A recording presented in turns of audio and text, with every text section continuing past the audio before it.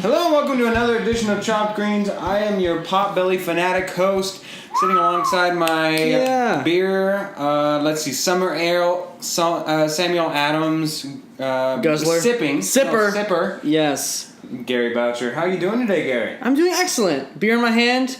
Really deep movie to talk about. This is where I like to be, man. Yes. Now, normally when we go see a movie, especially in blockbuster season, we don't have to... we come in here with a sense of ease, a sense of summer breezy, easy, beautiful movie. Yeah. Even last week with Atomic Blonde, although we didn't like it, it was pretty easy material to sift through. You know, you got the highlights, the low points. In that particular case, a lot of low points. Just kind of sit back and watch, let it kind of wash over you, come home, have fun, talk about it, whatever. Right, but in this particular film, it is... It's a beast of many different colors. The only term I can use is blindsided.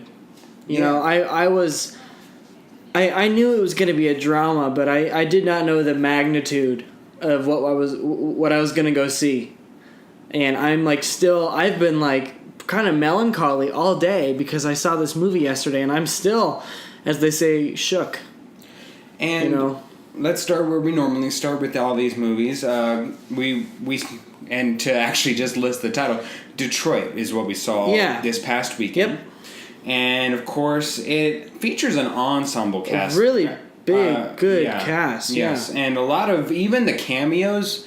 Here and there, there's a couple of people that if big you're a fan of actors Netflix, you'll see people you recognize. Just a fan of The Office, you know, just so. Yeah. John Boyega plays Dismukes. Will Poulter plays Cross. Algie Smith, Larry. Jacob Lattimore plays Fred. Mm-hmm. Jason Mitchell plays Carl. Hannah Murray plays Julie. You got Anthony Mackie in there with a great little 10-minute role. I thought he absolutely nailed it. John Krasinski plays Attorney Auerbach. You got Jason Mitchell in there who was Eazy-E, straight out of Compton. He was good. He was small time in there as well. Yes, and we've got Caitlin Dever as Karen. Jack Raynar plays Demons. I mean, really, again, an ensemble show. Yeah. With... Probably, if I had to name a main character in this film, it actually would be... I was going to say Larry? Will Poulter / Sergeant Cross. Oh, really? Yeah. I mean, he's the main... I mean, he's the antagonist, but I'd say if there was any character featured prominently within this film... It would be him. It's almost his story. It's neck and neck with him. I mean, I think he and Larry kind of get equal screen time. And it shows both of their backgrounds, and then both of them meeting head to head, and then what happens to each of them afterwards. So it's this conflicting, black and white. Yeah. So let's go down this route. Yeah. Which way do you want to dissect this? Because normally we go to an overview, then we kind of go more into specifics. Yeah. Well, let's. Do you want to give a quick little synopsis? Yeah. So much like the Titanic. This is based on true events, and the reason why I say Titanic is because a lot of people, in the Titanic, many people knew of the Titanic and its tragic demise more so than Detroit, where it's about the Detroit Rebellion, and when the city is under a curfew in Detroit, Michigan, back the National in 1967, Guard, the Michigan National Guard patrolled the streets, and 3 young African-American men were murdered at the Algiers Motel. Mm-hmm. Now, we're going to be towing an interesting line because it's a true historic event based on a real story. So the fact that 3 young men were murdered is kind of the it's not the ending of the movie. It's essentially what the story is revolves around. So I don't know that it's giving anything away. It's no. I mean, if you look up Detroit on Google, it'll show. This movie is based on the 1967 Algiers Motel incident where 3 black men were killed in a motel in Detroit in the presence of riots and police brutality and all this. I don't think it's spoiling anything. And you get either if you see the trailer, if you read about it, or just in the first 10-15 minutes of the movie, you get this really intense sense of dread, and you know that something bad is going to happen because there's so much tension that starts to flare up. So, I think in this particular film, I want to start with the overview first. Mm-hmm. And the reason why is because I feel that a lot of what this film was and is really was just about how there's a correlation to today and what the political situation happenings of today and of the riots that have recently happened, or at least in the time that this filming production started. And I mean, even if you still can't line it up to an event right now, just the tone. Think of when it started filming and how much more relevant it was then, and then now it's just revisiting it. The message and the problems are still problems that we talk about right now, so it's very, very timely. And so the reason why I want to do the overview first is because of that. So without further ado, my overview of this story was when I exited the theater from watching this film, I was exhausted. Yeah. And usually... That's perfect right there, yeah. And emotionally, physically, not just because it was a thriller of sorts, not in the likes of Saw, where it's, people are, in a Saw franchise or whatever have you, in those it's a different kind thriller. of roller coaster. Right? It's you're going there, expecting that, knowing that. And going into this film, Detroit, I did not fully have that wherewithal of knowing what I was going into, but... Upon exiting, I was just absolutely drained of all emotions. There was, outside of comedy, maybe there were a few really just hiccups of comedy. Outside of just that, it's such a dark and brooding film. In a non-traditional sense of the word, where it's just emotionally sad, because angering. Logan is it's a dark film, but this one is it's because it's so dark honest. in that it's dismal. The picture it leaves you with, the self-portrait of what it finally leaves you with, is so incredibly devoid of a lot of happy emotions, which is totally intended. That by the time you've gone through the climax of the story, which is, of course, the events that happened within the motel, you're just left incredible. I feel almost I just felt completely emotionally exhausted, and it's partly because of sound effects happening to where as shots are pouring through, the volume is boomed to a point where you actually jump out of your seat. And again, it's with intention that it does that. Yeah. But the entire film is a message of correlation to now and back then. And one of my big problems, just speaking from a pure artistic point, was that a lot of the characters I felt, or at least the actors playing the characters, weren't in tune with the characters. They weren't necessarily playing characters. What I felt was that the entire cast was really portraying messages or symbols as opposed to people. I can get down with that because it's super plot driven. It's not character driven. So a lot of them are there to serve their place in the story, not to through their development drive the story forward. For example, Krauss epitomizes unbridled hate and prejudice, and Larry symbolizes obviously blackness, love, innocence, and hope and tragedy. And a lot of the characters, John Boyega's character symbolizes trying to altruistic. Yeah, trying to be altruistic and straddle the two, and do what he believes is right while also keeping himself safe. So and ironically, and it's written purposefully, but it's rather ironic that pretty much every character has a line delivered that, while it's organic, it's purposeful to define each of their characters to the point where you can just boil it down to that one line, and that's the character that they're playing. There are some John Boyega's character, Desmooks, is survive the night. Yeah. And that's essentially survival of each and every day, that's surviving his thing. racism, surviving the night, surviving the moment of riots. Everything about him is survival, whether it's even working 2 jobs, surviving financially. That's him. Krauss is essentially what is the message we're sending. Yeah. And if we're not going to be violent, then how are we supposed to, quote unquote, control them? Like in the beginning of the film, when he shoots a man in the back who's running away from him, he says, "Well, how else am I supposed to stop him from stealing stuff? What am I supposed to do besides kill him?" That's in his mind.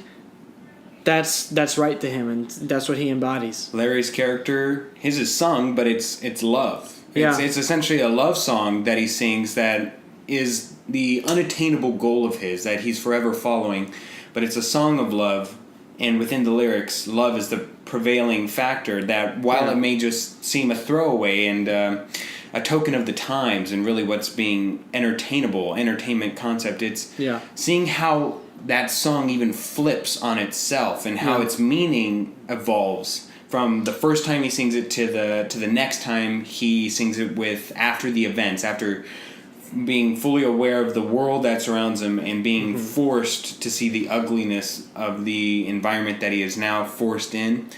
Once he sings that specific song again, it's with a completely different feeling, completely different tone, and the message received for the audience is one of choice, of abstinence, to be selective of where and whom your audience is, and for whom what your purpose is, and finding out what can I do in my own life to change my surroundings. Yeah, and that was kind of my overview. For your overview, did you find it to be as emotionally draining as I did? I mean, I actually Maddie, my girlfriend, and I, we went to see it, and she was in tears like for most of it, and a few people who I went to see who were in the theater with us walked out, and I got teary-eyed multiple times, but I just remember feeling like almost numb and like empty. Like it's like I hadn't been through anything, but being with the characters going through that like hour and a half scene in the motel, like I was like, I just felt completely numb. Like I had been like, like killed in a sense, like after watching this movie, because it was just so brutal and unflinching. And I think a lot of that also can attest to Bigelow's style, where it almost looks like you're watching a documentary. She throws in like newsreel footage in there, and the camera is way up close, really, really shaky, a lot of quick cuts, like this mockumentary, like almost like in the style of The Office kind of camera work. So when you're watching a movie about the subject matter and it's made purposely to make it feel like it is real, like we are watching it happen, like it's not a dramatization. At the end, I usually get up, talk to my girlfriend, take a bite of my candy bar, drink some of my drink. I just sat there and I just like kind of put my head in my hands for like 5 minutes as the credits rolled. And I don't know, after the whole thing, I couldn't even get up and move for a little bit because it was that much for me. And I love movies that are hard to watch. Like I pride myself, people who are like, "Oh man, I can't watch the movie. It's so gross. It's so hard to watch." Like this one for me was hard. Getting into the specifics of the film, let's begin at the beginning, where there was a cartoon pre-story narration, which I thought was an interesting path to choose, since it's, looking back on it, it's got a complete altered course from where the rest of the story goes. It's such a aberration from the rest of the movie that looking back on it, I'm a little confused as to how it fits in. Now, to me, and again, now we're kind of getting more into the artistic and to the artistic nitty-gritty of the entire film. I almost found it unnecessary, and throughout the entire film... You mean that introduction? Yeah, as far as specifically speaking to the animation, there were other moments and scenes that I felt were unnecessary, actually. That to me it seemed almost showing me for no purpose other than pad time, and it wasn't too incredibly long at any juncture, but I just kept... It was different sets of points of time within the entire film that it was over here a little prick, over here a little prick, over here a little prick, and it just kept going throughout the entire film's runtime that it was enough to where I noticed it. I felt it wasn't as efficient, and it was a little sloppy on the director's part. I actually had that thought like in the first half of the movie with a lot of the build-up, that because this is a 2 hour and almost 30-minute movie, and it definitely feels like it, and the setup is long. I remember thinking to myself, can we kind of move on from this, like, because I understood like Larry wanted to be a big Motown singer, but I felt like they dwelled on that for a long time. They dwelled on a lot of the stuff with Krause, the evil police officer, and Dismukes, the private security guard. But contrary to what you said, I think for me, as the movie wore on and as we came to the conclusion and it got wrapped up, I actually, looking back, I thought that all fit really well with building the situation and the characters. Well, I didn't mind it towards the end. But that's to me, usually when it does that, it's developing characters, right? And we stated off the top that each character to me was more of a symbol rather than the actual character that they were portraying, right? Okay, maybe more of narrative development than character. Yes, it was excellent in developing the scenic and environmental awareness of realizing, hey, this is a riot place. It's establishing that how could this happen in the U.S.? It looks just like a war zone almost. And how the riots and looters were just running rampant around this. So it created more of an awareness of where you are within the film's geographic. Yeah. But to me, it was unsuccessful in truly developing characters that you only gained empathy and simpatico with through the events that they had to endure, not because of the history that you spent with them. And so, if that was intentional to simply just create the environment, it was successful in that aim, but it was not successful in creating characters that I necessarily cared about their fate until we really got into the climax of the story.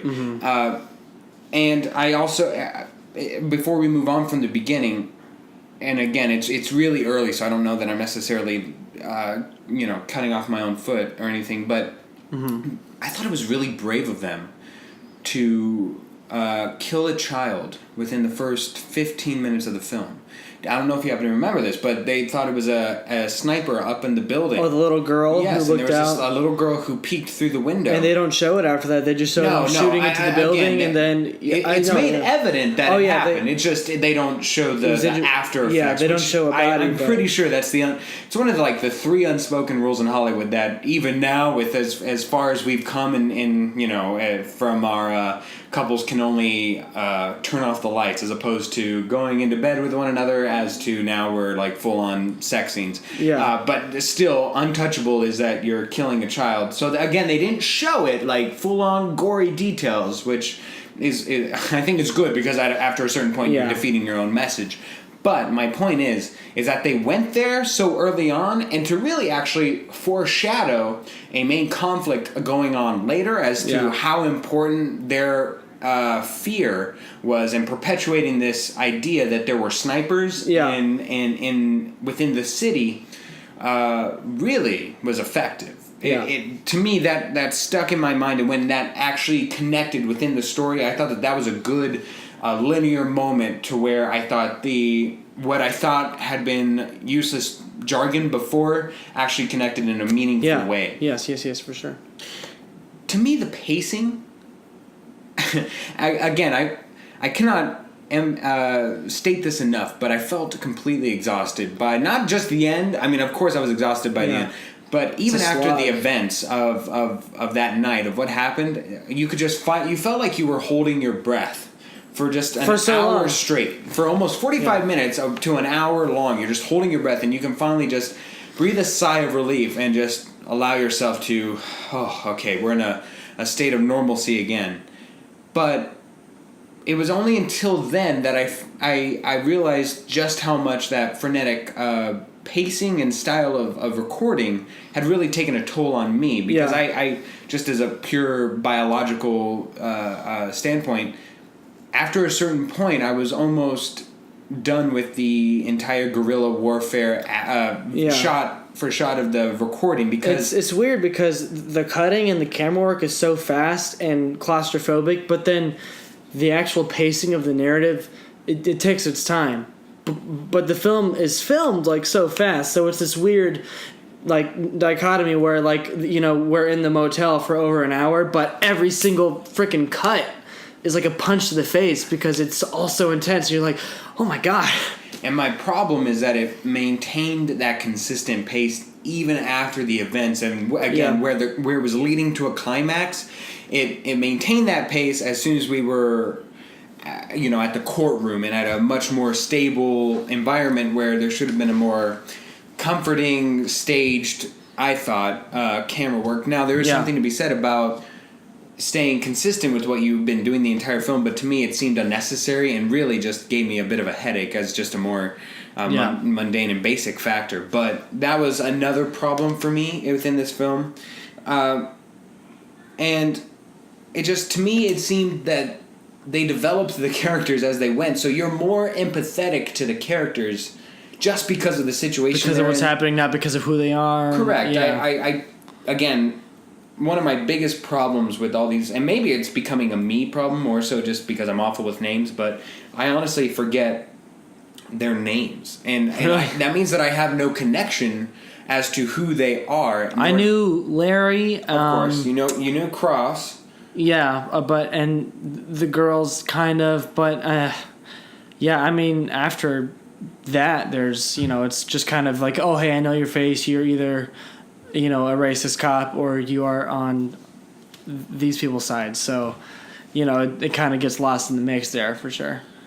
And I found it interesting of their use of cameos. That there was, you know, we talked about John Krasinski came in towards. It was a little bit more than a cameo. I mean, they just had like bit roles. You know, it wasn't just like a scene. They had important roles for sure. And I'm trying to find the other one that I recognized, but I can't. Anthony Mackie. Anthony Mackie again played a little bit more than a cameo, but certainly a pivotal role.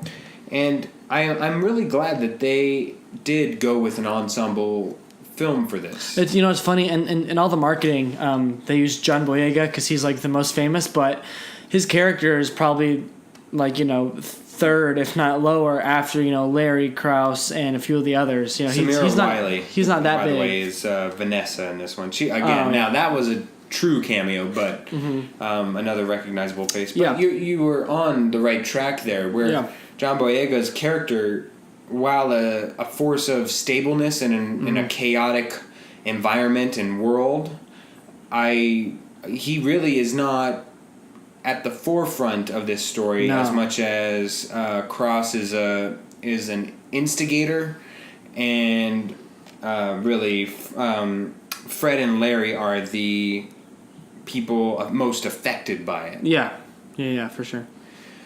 Did you think any performances were outstanding or lack thereof? Well, the most outstanding was I definitely thought Algie Smith as Larry was terrific, and I mean I don't know, I can't predict, but I wouldn't think it was unearned if he got like a supporting actor nomination.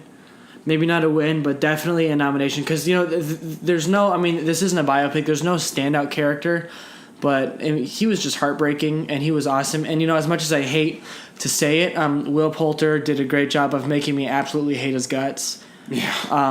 Well, he's got that freaking baby face, and he was just so despicable. And so, I mean, he did a good job at what he was supposed to do. I will say that, even though, which is interesting. It's hard to say. The last time I even remember seeing him in a position where I actually remembered him was Meet the...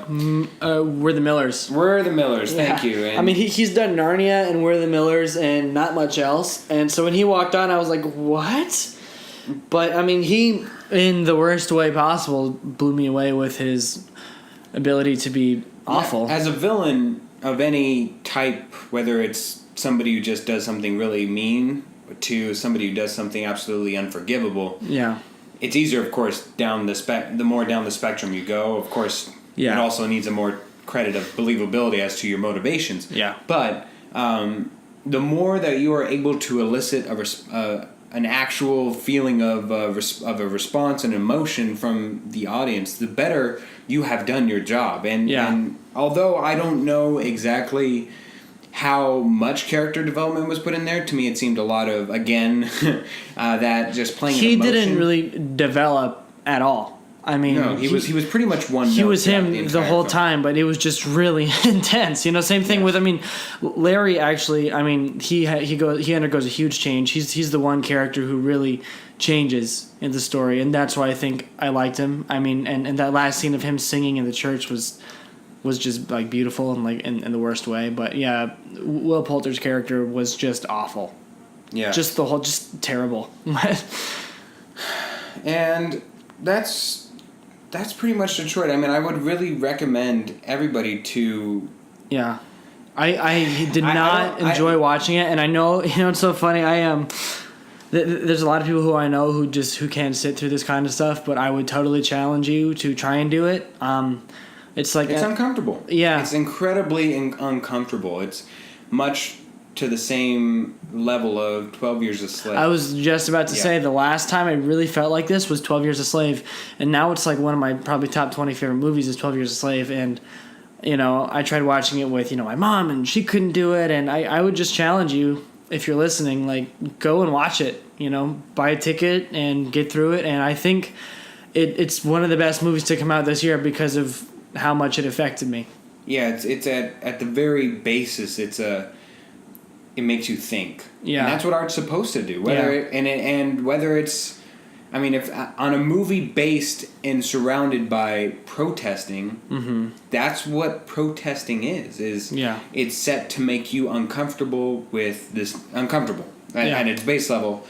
And this movie certainly accomplishes that. Yeah, I mean, we could for a keep lot of talking. good motivating factors. Like I talked with my girlfriend for a good few hours after seeing this, from everything from race to empathy to violence in movies and all of this stuff. Like we could keep going about this forever because there's a lot packed into that 2-hour 23-minute runtime. I think for my Boucher bar, give it to me, man. Critic rating, I'm gonna have to give it. I'm probably going to have to give it like an 82. 82? Yeah, and again... Is that because of your gripe with the characterization? There's a couple reasons for it. While it is a good film, and again, it accomplishes a lot of what it sets out to do, a lot of the characters feel like one note to me. So at the end of the day, I don't know, outside of Larry, how they develop, really, and other than accomplishing the overall film's message, they don't do anything for me personally. There's also the frenetic pacing that I talked about, which is fine, creating a fervor to a point, but then afterwards it just becomes troublesome in reaching your true message. And honestly, I don't know if I could or would want to watch it again. I was just thinking that not in a bad way. It's you've seen it, and I don't know if you're gonna. It's hard because if this was like on HBO, I probably wouldn't watch it. But I don't know. I feel like it's an important movie to watch. Yeah, I think it's one of those films where everybody should see it once. Past that, understandable if not. There's not like any entertainment value there. Like you're not going to get like such a kick out of watching it over and over and over again. But definitely, it's a very artistic film. Yeah. Your Boucher Bar rating. I would give it a 90. A solid 90. For me, like a lot of the stuff with you doesn't bother me as much. I still think it works, but I do pretty much agree with a lot of the character development stuff. I don't put it higher on there I put it as high as I do because there's all that external stuff, but it still just made me like feel like all these crazy emotions. So I still think it's in that A range for me. Yeah, just because it makes you uncomfortable doesn't mean that that's the only kind of... not even just uncomfortable, just like everything. It just made me like you said, like it picked you up, it slammed you down, and you felt like totally empty afterward. I haven't felt that way watching a movie probably since 12 Years a Slave. Yeah. In a long time. And it's not every film that can do that. And the last time I really felt every film is unto itself. And, Baby Driver makes you want to speed down the highway. Yeah. Spider-Man Homecoming makes you want to become a superhero. This movie makes you want to puke. And that's in the best way possible. Yeah. And makes me want to go be an activist. That's what it makes me want to do. And that's the thing is it makes you, it's a call to action. Yeah. And that's not a bad thing. That's not a bad thing to be active. And if that's what the message is and that's your interpretation of taking it away, to each their own. Mm-hmm. And a good message overall. So after this short sponsor break, we will come back with a little bit of a lighter Give Me 5. And Gary, I've got a great Give Me 5 for you. You got something for me? I got a little something for you too. All right, we'll be right back. Red Ribbon Realty Group at HomeSmart is a full-service real estate team of Phoenix natives with over 15 years of experience in the industry. When you work with them, you have 2 full-time realtors representing your best interests throughout your entire transaction, whether you are selling, buying, or renting. They also believe in supporting their community. Use code word chopped greens and Red Ribbon Realty Group will donate 15% of their net commission from your transaction to the nonprofit charity of your choice. Visit their website at www.redribbongroup.com and find them on Facebook. You can also email them at info@redribbongroup.com or call them at 602-888-6638. Red Ribbon Realty Group. Trust. Commitment. Home.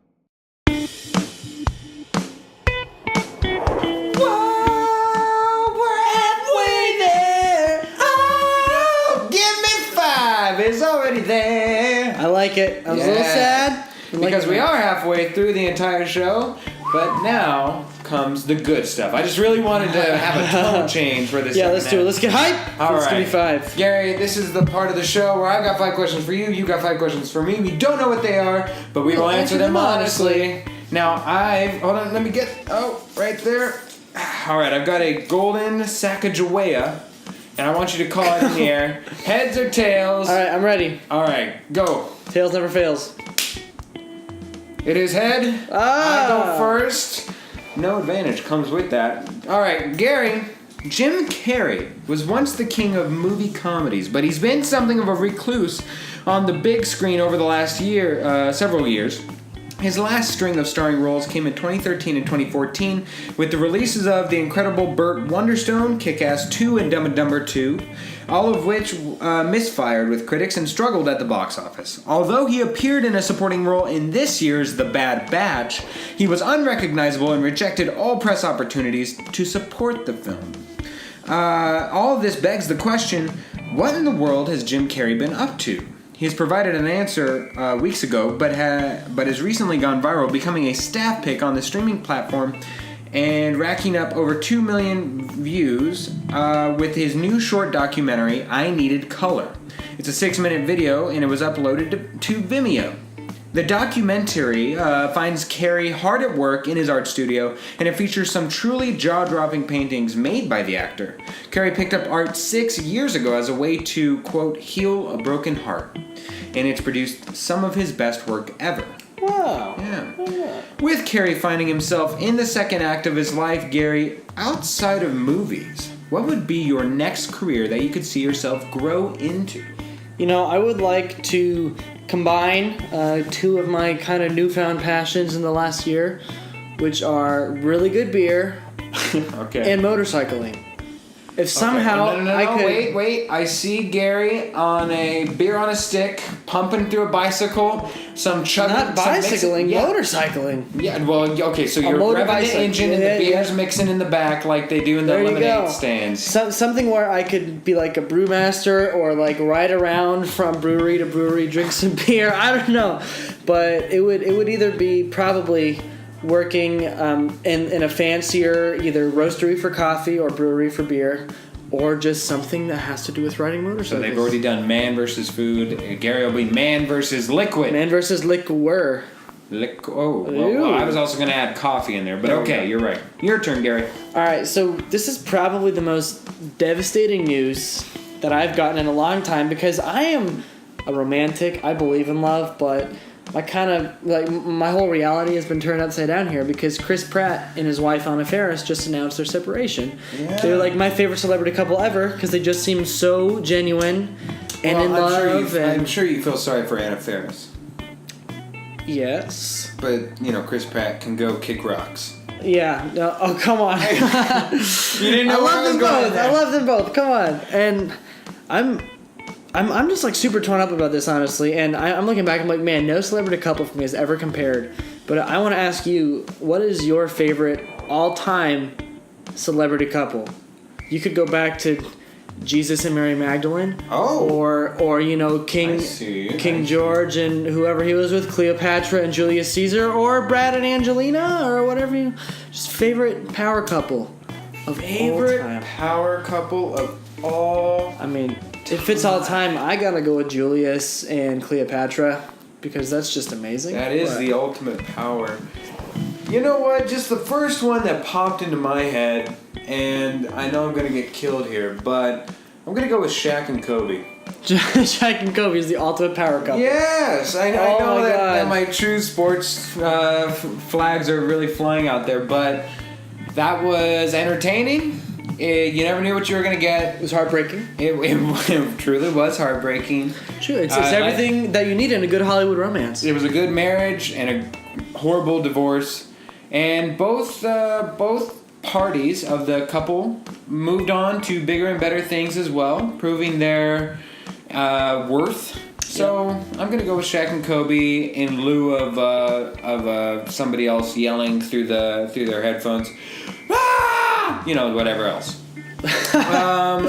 All right, Gary, Disney will end its distribution deal with Netflix and launch its own streaming service, the company announced today. It intends to launch the service in 2019.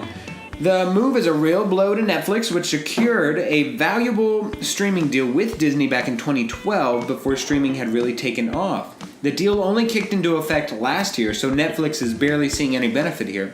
At the same time, it's a natural step for Disney, which has a huge library of valuable movies and shows to offer. Disney already makes it hard to get a lot of its top movies, requiring people to purchase rather than rent a film, for instance. So it makes sense that we're seeing the company try to draw even bigger profits from streaming. You know what? I'll probably buy it. Yeah, who? I mean, come on. Especially if you think of the long library of Disney, it's you almost forget. Well, it's like a good Eagles band, right? You forget that when you go to a concert for the Eagles, oh yeah, they did that song too. Oh my gosh, that's in their song. That's what I was thinking. Well. Like, how are they going to include everything? Like the Avengers, the shows like Marvel, Star Wars, Moana, Pixar, everything Shield, ever. How's that gonna work? Is it gonna be like some stuff, or I wonder if the stuff that's original content but using Disney properties will also be there, such as I know the Defenders just dropped for Netflix. Yeah, I wonder if that'll be offered in there. Who knows? But Gary, this gives us the perfect chance for you to give me your top 5 Disney movies of all time. All time? All time. You ready to be blown away by this weird list? Blown away. It's actually, it's not that weird. Okay, right, number 5. Let's go reverse order. Total sleeper hit. Big movie of my childhood. Okay. Brother Bear. Okay, awful selection to start us off here. I love it. Number 4. My guilty pleasure, favorite princess movie, first crush in an animated movie, The Little Mermaid. A good one in addition, Under the Sea. Under the Sea. Sebastian. Voice. Number 3, it does count as a Disney movie because it was produced under them, not just acquired by them. Star Wars: The Force Awakens. Okay. It was produced by Disney. I'll accept it. So I will count it. I'll accept it. Number 2, Up. Timeless. Yeah. A really good time. Even just Pixar add classic. The first 5 minutes. And then the first 15 minutes, right? And then and it's its own movie. You're already shook. Yeah. Number 1, Toy Story. No specific one, just Toy Story. I love every single one of them. They seem to get better with age, and I can always enjoy watching Toy Story. I watch them at home. I remember in the car, in our car DVD player growing up, and I've watched them recently. They're just great movies, man. You were working your way up there. 5 was you're going up a step, going up to number 2, which was Up. And I was like, okay, here we go. And then you just totally let me down. I mean, Toy Story's respectable, just fantastic. Oh, I mean, you could have gone Avengers if you wanted to be brash hot take guy. Toy Story is not as good as You could have gone Avengers. Beauty and the Beast, Aladdin, Tarzan. I mean, None of those are as good as Toy Story. All right. None of them. Not even the Avengers. Way to be wrong. All right, go ahead, Gary. I have a little game called Bigelow. Did you know? Okay. I just came up with that and I'm regretting it. But I'm wondering where this is a quick going. little, let's see here, 7-question quiz. Catherine Bigelow has directed a lot of like obscure 90s and 80s action movies before she moved into the heavier stuff that she won her Oscars for. I'm just going to list movies and you tell me if you think that she directed this movie or she didn't direct this movie. Fantastic. Just a yes or no. You yes ready? or no. Fantastic. All right, Air Force One. I'm trying to even think of that's not Top Gun. Air Force One. I'll go with no. Correct. That's for reference. That's the one with Harrison Ford as the president. Oh yes, yeah. Gary Oldman. Yes, I remember now. Number 2, Blue Steel. Blue Steel. These are also obscure. Like I've only heard of like half of them. So right. I'm trying to think. I haven't heard of Blue Steel, but sure. Let's go. Yes. Boom. You got one. There you go. I'm perfect. Oh no, you got 2. All right. Number 3, Point Break. No. She did not direct Point Break. No way. That's where you're wrong. Oh. She did direct Point Break, the original. Number 4, Born in Flames. That sounds like an awful Steven Seagal film. I'm gonna go with no. She actually did direct an awful movie, which is called Born in Flames. Oh gosh. Number 5, True Lies. I think actually that's with Glenn Close. Schwarzenegger's in it too. Oh no, that's the sexy dance one. I remember that one. Did Catherine Bigelow? I'm gonna go. Sure, why not? No, she did not. Oh. She did not direct True Lies. Oh. Number 6, Mission Impossible 3. 3. Ooh. Okay, so was that the Philip Seymour Hoffman one? Do we have yes, I believe so. Okay, then no. Philip Seymour Hoffman would never put Bigelow on his resume.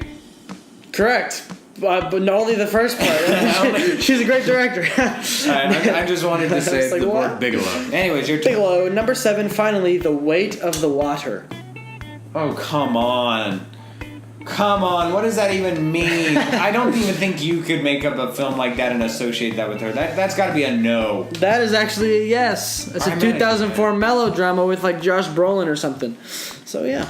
Yeah. She's directed a lot of weird stuff in her day. Did you see the new Josh Brolin photo that came out in association with Deadpool? No. Oh, you got to look that up. I will. He looks completely teched out. Josh Brolin, Deadpool 2. Look it up. All right. Enjoy. While you're looking that up, you could also go to Twitter, look up Uberfact. Oh my god. But you can't, because that's the next segment of our show, the Yay! loving Uberfact. So fun! In which case, you broke all types of records by going 0 for 5 last week.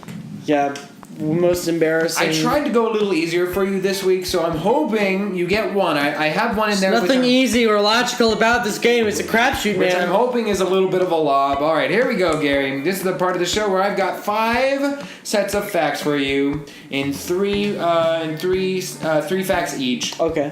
One of them is false. I want you to tell me which one I completely made up. Pulled right out of your Philip. Right out of my Philip end. Here we go. Fact number 1. A group of bunnies is called a fluffle. Fact number 2. The skin on a grape is stronger per square inch than generic string. And fact number 3. Lack of sleep can cause your brain to shrink. Which fact is the fake fact? Number 1. That sounds like a Philipism to me. It does sound like a Philipism, but it's wrong. It actually is completely true. It's called a fluffle? A fluffle of bunnies. Are you kidding me? I completely made up. What 4-year-old did that? I don't know, but the skin on a grape, I have no idea what it's called or what its strength is. I mean, that seemed logical to me because I've had a lot of string break on me in my day, but I've eaten some hard grapes. So, there are some very hard grapes. Yeah. Anyways, next one. Seagulls have been found to exhibit flirtatious behavior with sea turtles. Ooh. Fact number 2. It's estimated that 4 people a year die while putting on pants. Fact number 3. 3% of children are products of cheating. Which one is the fake fact there, Gary? Okay, You need me to read them again? No, I'm gonna go with seagulls. That's the fake fact. Yeah, that's the fake fact because Why would they do that? There's plenty of good seagulls in the world, and that's just messed up. Maybe there's other fish in the sea. That was a bad. Come on, bad. they I'm not eat gonna the laugh fish at in that. the sea. I'm not gonna laugh at it. They don't flirt with the But fish. there you go. That was the one I thought you would get. So congratulations, Gary. I completely made it up. No, for a second I was like, I feel like more kids are product of cheating, but you know. There you go. And it was number 3. I thought maybe you would get that wrong. But anyways, next one. On average, overweight and obese women are the targets of 3 fat-shaming comments per day. Oh, no. Fact number 2, the Waffle House, which was originally named the Flop House, until IHOP's emergence forced them to change their name. And fact number 3, nearly 40% of childhood dreams are nightmares. Which fact is the fake fact? I can get behind that third one. That's super sad. I'm gonna go with. Super sad. I'm gonna go with the second one as the fake fact. The Waffle House was originally named the Flop House. Correct. You are correct. Oh yes. You've actually got it. You're 2 for 3. 2 for 3. I'm just killing my last score. Dang. Yes. Here we go. Number 4. Most cheaters consider their significant other to be more attractive than their affair partner. Ooh. Fact number 2. A study found that women perceive men with deep voices as more likely to cheat. Why all these cheating facts? I don't know. And fact number 3, the word pest was originally German and referred to Nazi spies within internment camps.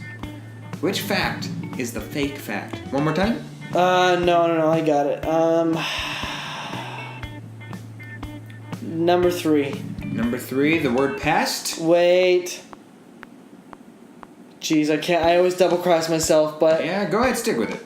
yes, I'm sticking with it. Oh, I was trying to go reverse psychology. You did get it right. Ah! Oh, congratulations. I know your ways. You're sniffing the 3 right, for 4. the right bark. All Can right, I here we get go. 80%? 4 for 5? Oh, now you've done it. Now you've done it. Now my God. you're gonna go down blunts a glazing. All right. Here we go. Fact number 1: the Pokemon franchise is worth over $24 billion. Fact number 2: when assigned numeric values, each jar of honey in the 100-acre wood would cost Pooh $13. In fact number 3, Wow. 11%. It was the wow that got me. 11% of Americans think that HTML is a type of STD. How many what was it? 11% of Americans think that HTML is a type of STD. I'm gonna go with number 1 is the false one. The Pokemon franchise? Correct. I'm guessing more. I mean, Star Wars was 5 billion. Heck, I don't know, but I'm sticking with You're it. sticking with it? Yes. Are you sure? Yes, I'm positive. Are you sure? I am dead serious. Okay. That's absolutely correct. The one that I made up was Pooh's Jars of Honey, $13. I don't even know where that nugget of brilliance came from, but God bless me. I gotta start catching on to these questions about like fuzzy little cute things like bunnies. You did one Grapes. about a panda, a grape, fuzzy little cute grapes. Fuzzy little cute grapes. That's always the wrong one in Uber Facts. All right, your turn, buddy. All right, so this is kind of terrifying and funny, and I don't know really how to feel about it, but Okay, is it about white rice or Caillou? neither of those. Okay. But It can't be that bad. the Cold War of sorts between the U.S. and North Korea has I just saw a movie escalated. about that. Really? Yeah, awful. Well, we could be living in one soon enough because today, I don't know if you saw, Trump came out and said, if North Korea makes any more microaggressions towards the U.S., they will be hit with a, quote, fire and fury like the world has never seen. Yes. Hours later, Kim Jong-un said that they were planning on doing a missile strike on Guam, which is a U.S. territory. They've been bluffing for a long time, but apparently now they have the ability to put a nuclear weapon onto a missile. They don't have a nuclear missile, but they can put a little nuclear weapon onto a big missile. My questions to you are, will war with North Korea happen? And are they like the McGregor to our Mayweather, where they just talk about it for years, and then they go at it, and they still think that they have a chance, but then we're Mayweather here, man. We've been through this, so. Okay, so will they? Your first question was, will they hit us? No, will we go to war with North Korea? Will we go to war? The first time we've had a war with another country for a long time. Right. Will we go to war? No, I don't believe so. Only because I feel that any actual attempt would be quickly... It's actual suicide from North Korea. Essentially. You know? A declaration of war... That war, as sad of a discussion point as it is, if it were to happen and it were to be caused by South Korea...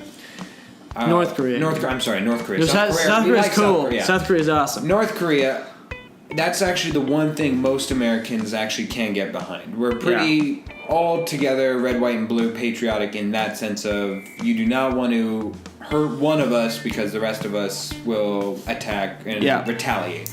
Plus, I just don't believe that, I don't know, maybe it's that American arrogance, but I would imagine that we just don't know of it, but that there is an actual anti-nuclear defense mechanism, whether it's sending troops in before covert operations, before it launches, or an anti-missile strike, that we have prepared in such an emergency, especially when we're talking about the difference of the United States versus North Korea's technological and militaristic advantages and disadvantages. But going to your second point, all talk and no walk, I would have to say, in those simple terms, yes. They are the McGregor toward Mayweather if the fight never happened. If the fight never happened, yes. A lot of those... you can tell that I'm actually having to think about this one and kind of tap dance my way through this. But honestly, a lot of those dictatorial governments and one singular ruler countries that exist stay in existence because their ruler is able to scapegoat another country or another entity, and a lot of the times it's the United States, since we're considered the biggest and the luring country in the world, I'd imagine. So a lot of it's easier to pick on the bigger guy and talk of the bigger guy to really reinforce everybody to believe in you. So in that sense, I would say yes. Yes, they are the McGregor to our Mayweather. I knew that it. They can't hit us. There you go. There you go. All right, Gary, David Letterman, America's longest-serving host in late-night television, is coming out of retirement to host a new, not-yet-named show on Netflix. What? Rather than host another standard late-night show, this series will focus on one long-form interview per episode, mixed with some segments that'll be filmed outside of the studio.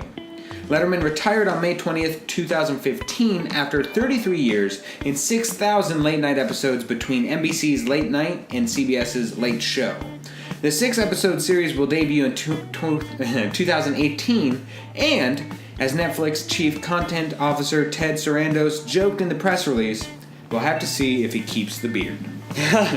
Gary, whenever, if ever, you retire, will you stay retired and stay out of whatever limelight the world heaps on you, or will you dabble in and out and regret not working a day whilst on your deathbed? I think I'd probably pull a Letterman. Hopefully, I won't be working in a field where it's like you do backbreaking work for 30 years and then you retire because your body can't do it. Hopefully, because he's more of the creative type, hopefully I'll just be in a place where I'm like, man, I just want to keep going, kind of like, Michael Caine, Morgan Freeman, they just kept going. Yeah, there's a big difference between a construction worker. Yeah, and I'm not trying to rag on those guys, but it just gets to a point where you can't do that anymore. Whereas, when you've had like a different type of work, you can do it, indefinitely. So hopefully, I don't think I think I get too antsy, if I was just retired.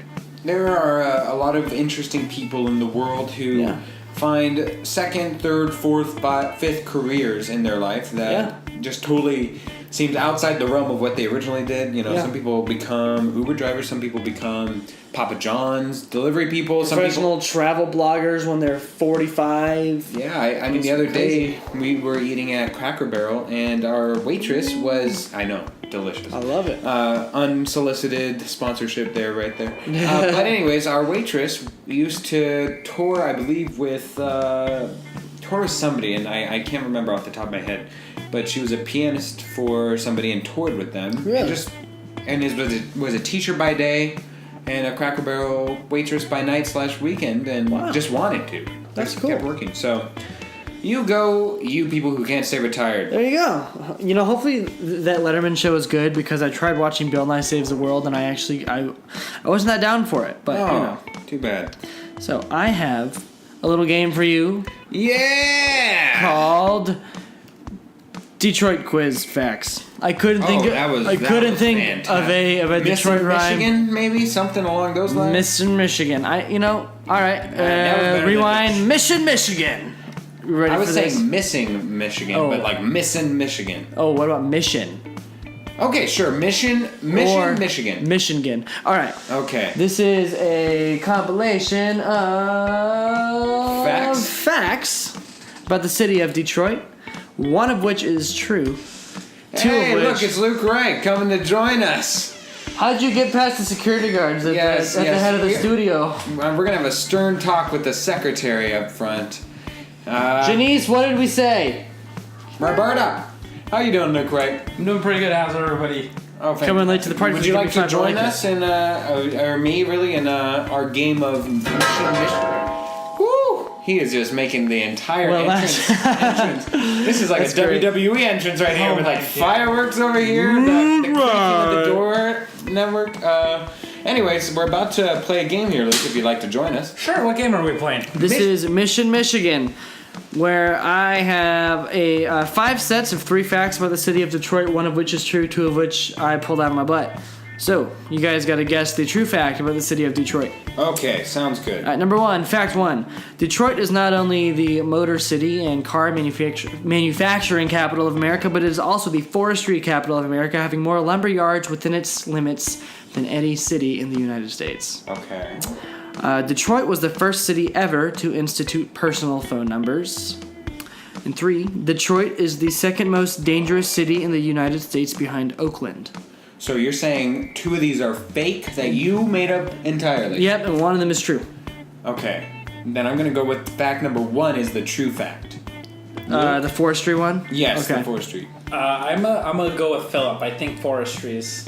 It seems like just such a weird out of place. If you came up with that, bravo, Well, sir. gentlemen, that's where you're wrong, because I did make that one up. Whoa, bravo! The one that's true is that Detroit was the first city to make personal phone numbers. That was my backup. Right? It was so simple that I know. It was beautiful. I thought it would be somewhere back on like the East Coast or You something. know? Yeah. I thought that maybe that forestry one might be too elaborate, but I guess it weirdly worked out. It did. It All right. did. Good for you. Number 2, Detroit residents consume more potato chips than any other city in the United States. God bless them. Number 2, people in Detroit have an average of 1.5 years longer lifespan than the United States average. I doubt that one, but continue. Number 3, the city of Detroit houses a native species of rat that was discovered in an abandoned apartment complex last year.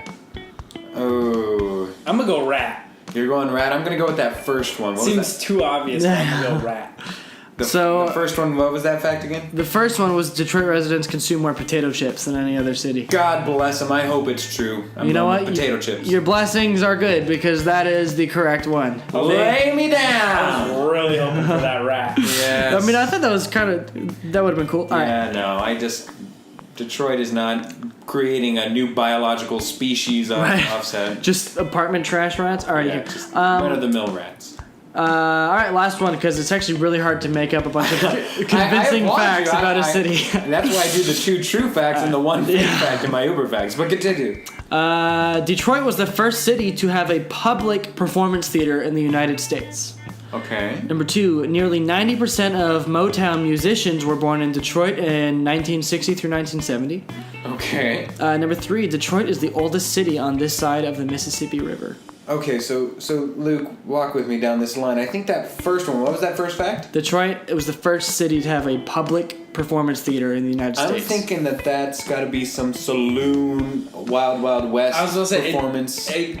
It depends on what their definition of oldest is, Because of a public performance place. Right, because that could even be somebody, talking about the constitutional amendments or constitutional bill letters in Maine or New England. Just think like community theater plays. Just either that. way, I don't think that's true. So I'm going to go with the third fact. Detroit's the oldest city on this side of the Mississippi River. Yes. And you, Luke? That's false. So I'm gonna go. What's the second one? Nearly 90% of Motown musicians were born in Detroit in 60 through 70. Sure, I'll go with the second one.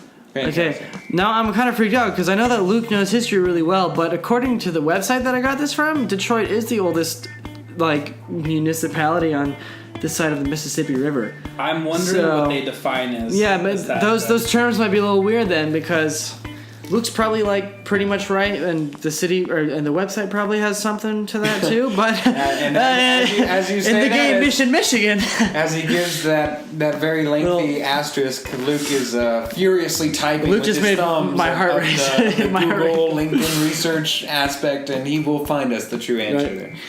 All right.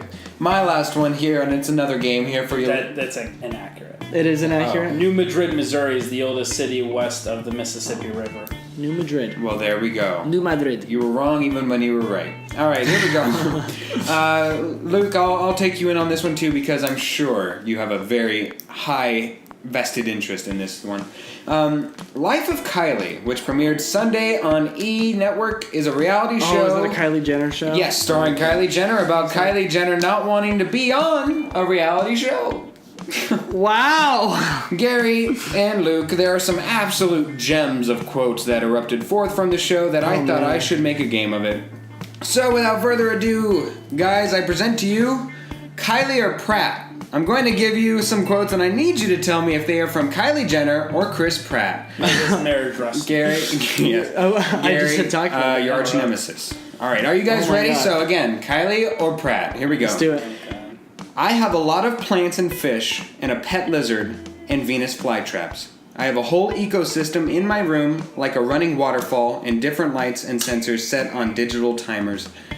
Gary. Chris Pratt? It has to be Chris Pratt. That's how he met Anna Faris. Oh my God, you're so right. Absolutely. Absolutely, completely Pratt. Kind of like. All right, second one, boys. Yeah, you're so right. I had to unfollow all of my friends that I went to school with. They probably all thought I hated them, but I just couldn't see it. Kylie or Pratt? Kylie, because I saw a TMZ video where Chris Pratt was hanging out with his high school buddies. I'm gonna say Pratt, because even though he might be friends with his high school buddies, I'm sure he also deleted a lot of people off Facebook because his claim to fame came a lot more super sudden. And Kylie grew up with it. That's then also, I feel like Kylie doesn't use Facebook that often. True. That's true. She's probably more of a Twitter But girl. it is Kylie who said that. So that's a great logical way of thinking, but wrong. Next one. I lose my cell phone so much that I switch it every month or so. I can honestly see either. Kylie or Pratt, Gary? I'm just gonna go with Kylie Jenner for that one. Luke. I'll just go Chris Pratt. That way one of us is right. Luke, you're 100% right. It was Chris Pratt. Dang. Boom. There you guys go. You're tied up again. Here we go. I've always been a little soft. I like to eat. Kylie or Pratt? Chris Pratt. Luke. That sounds like a Chris Pratt, but that's why I'm scared. Oh, yeah. I'm gonna go Kylie. Again, one of you guys is right. I mean, Kylie, I feel like she's super skinny, but she could still say that. That sounds like something she would say. I knew it was so obvious it would throw one of you off. It is Pratt. So good for you, Gary. Go with the obvious. I mean, such a Pratt quote. Oh, absolutely. Yeah. It was too Pratt. It was too Pratt that you didn't think it had to be there. All right. I just don't like the airport. It scares me. Kylie or Pratt? These are such vague sentences that could definitely be either one. Yes. Kylie Jenner. I like to breathe to survive. So you're saying Kylie and I'll go Pratt. All right. Gary is on a roll. It is Kylie. You know, I saw a TMZ video of Chris Pratt being talked to at the airport, and he was so chill. So that's what I based it off of. Like, I feel like both of them would have been in an airport so many times. Yeah. Next one. It's hard to do normal things when every single person knows who you are. Kylie. Oh, Luke goes Kylie. Gary. Chris Pratt. Luke with the head start wins. It is Kylie. Excellent. No way Chris Pratt's that arrogant. Yeah. True. I just was Next trying one. to be I for sure didn't choose this life, but I'm not going to say that I'm totally innocent because I am keeping up this lifestyle. I know I'm making myself more famous by having an Instagram and posting photos, but I'm not that type of person where I want all the attention. Kylie or Pratt, gentlemen? Kylie. Luke's going Kylie. Kylie. You're both right. I thought it was so obvious that you might have to go the other way, but it is absolutely Kylie. Yeah. I learned. I learned. All right, next one. Perfect sandwich, 2 slices of white bread, mustard, mayo, and a platinum American Express card. Kylie or Pratt, gentlemen? Chris Pratt. Just because there's been 2 Kylies in a row. I'm gonna go Kylie. It is absolutely Pratt. Whoa. Absolutely. Good smelling of there. And next one, I'm kind of putting up a version of myself to the world that isn't fully me. Kylie or Pratt? Kylie. Chris Pratt. It is Kylie. Good job, Luke. As he dabs his way into the musical notes hanging above him. And final one, guys. Is it tied? I have no idea. I don't know. I'm gonna say I'm winning. Those keeping track at home will think make he's sure got that this is any the tiebreaker. Okay, here we go, boys. It's really nice to have someone who's intelligent and articulate to talk to about what you're doing, because it's a big part of who we are. Kylie or Pratt? That's Chris Pratt talking about his soon-to-be ex-wife. Oh, God. You're making me sad on this show, Phil, because we both know it's Chris Pratt.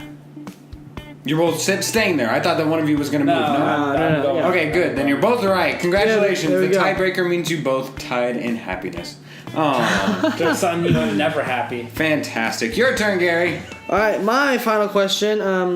It's always fun news. I try to find fun news for these things, not just depressing Detroit facts. A California burglary suspect. Because all of Detroit is so sad. Burglar suspect is how he then begins it. A California burglary suspect has been arrested after police say he left a piece of evidence at the crime scene where he forgot to flush the toilet.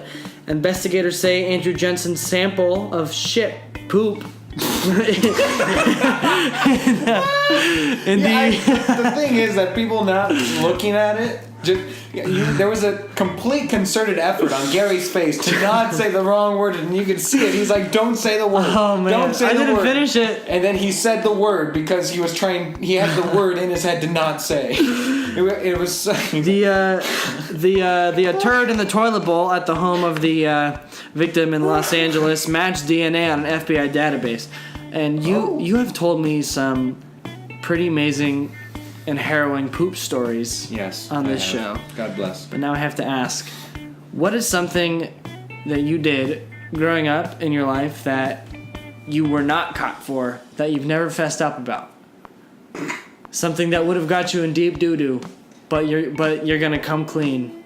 I love how that on chopped story greens. had like so many different angles that he could have taken, and he went with this one. Because I thought about going with the getting clean, getting deep doo doo. Yeah. He's like leading me right down the path of. He's hitting those puns as hard as possible. He's going down the poop center. it's just a crapshoot, you know. Oh my gosh. Gosh dang it. Okay, so what's something I've done that I never got caught for? Oh boy. Well, okay. The one that pops into my head is so. Oh gosh, I don't even want to tell this story. Those are the best ones, I suppose. So I go. Oh my gosh, I really don't want to go down this route. Oh, Anyways, what is it? So for football practice, there was a lot of running, and it was an early morning. Shocker. Yes. Yeah. And running really helps move along everything in your body, especially bowel movements. So after a hearty breakfast from staying the night at my grandma's, and she cooked me breakfast, little did I know that following a winning game, which usually there is no physical activity or exertion during film review the next day, There was this one because we didn't win by enough, by the coach.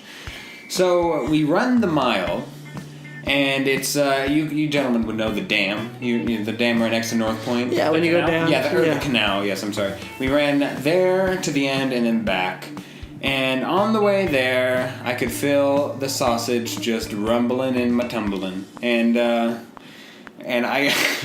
if you see that SpongeBob meme of just like of Mr. Krabs just looking everywhere, that was you. That's me as I'm huffing and puffing my brains out, and I'm in just the worst physical state I've ever been in, because not only am I in my calves in physical pain, I'm hot, I'm sweaty. I'm just, my insides are on fire. Like I'm clenching in one direction and I'm running forth in the other. Oh God! It was just sounds like it was the ugliest sight, I'm sure. And I mean, I'm slow anyways. I was never in the front of the line for anything on my team.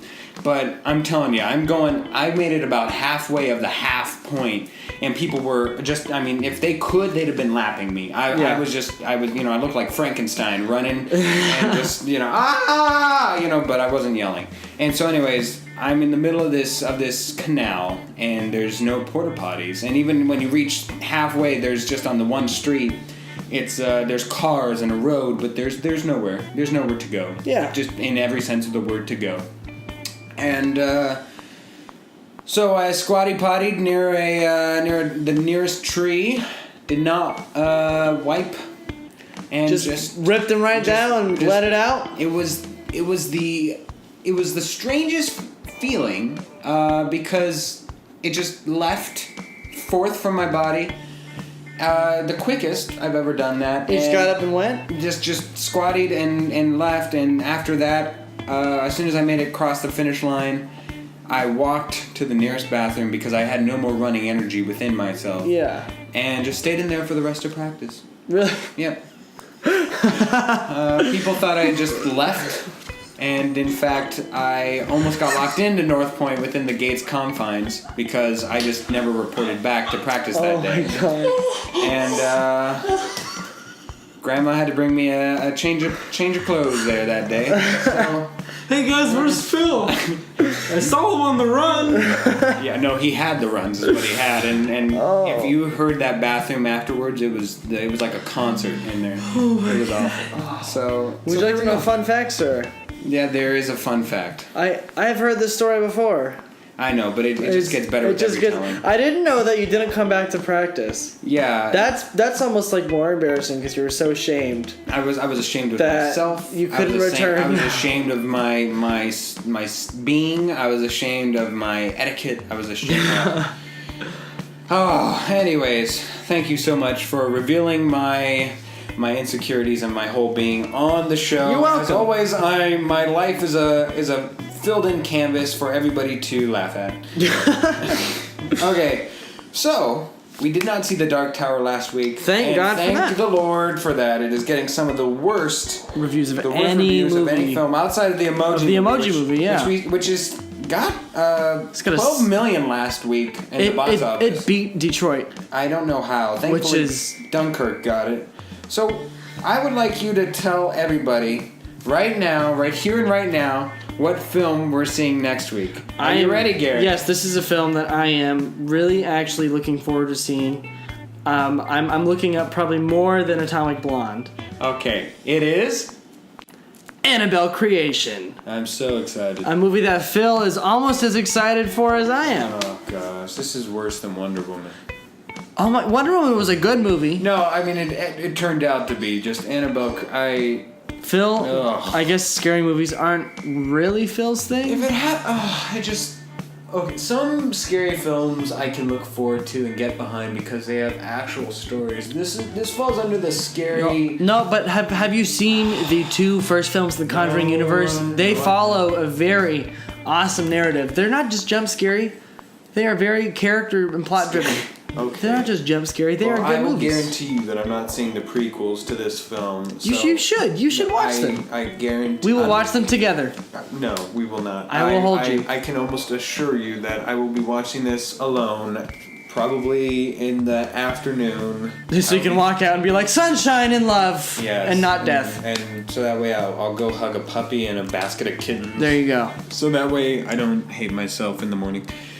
So Annabelle Creation, Yes. next film we're seeing, unfortunately. And I will give my unbiased, not really, opinion on it next week. And Gary will, and Maddie, I'm sure, will probably have some fun We'll have some good comments stuff. to it. So we'll see. By the way, Luke Wright, you weren't here earlier, but Gary went 3 for 5 on his Uberfex. Any idea how good he did last week? 0 for 5? Absolutely, he did. So Nailed it was an absolute positive movement in the right direction this week. I think that actually ties my all-time best. I think I've never gotten 4 for 5. So Yeah, no, you never have. You've never even gone 5 for 5, let alone 4 for 5. I think you were Maybe- close. You got maybe. 3 in a row, and then I missed 2. punted on the last 2. Wow. All right, so Annabelle Creation next week. As always, you can watch and listen to our old shows on YouTube, following my channel, Philip Amerine, that's Philip with 1 L, and see our old archived episodes with me and Gary, as well as me and Luke and Wright. Luke and Wright. Me and Luke and Wright. That should be your at Twitter handle. Me and Luke and Wright? Me and Luke and Wright. No. He's not amused. I don't think he likes it. All right, but anyways, there's a lot of great stuff in there, and of course, all of our newer episodes are going to be on SoundCloud. Listen to those. Take a gander. Take a gulp. Take a Go sip. down and take a gander at the old SoundCloud, kids. We've got lots of good movies on there, okay? All right, I can't compete with that. Okay, so for Gareth Boucher. I am Philip Amerine. Thank you so much for listening, and Bye.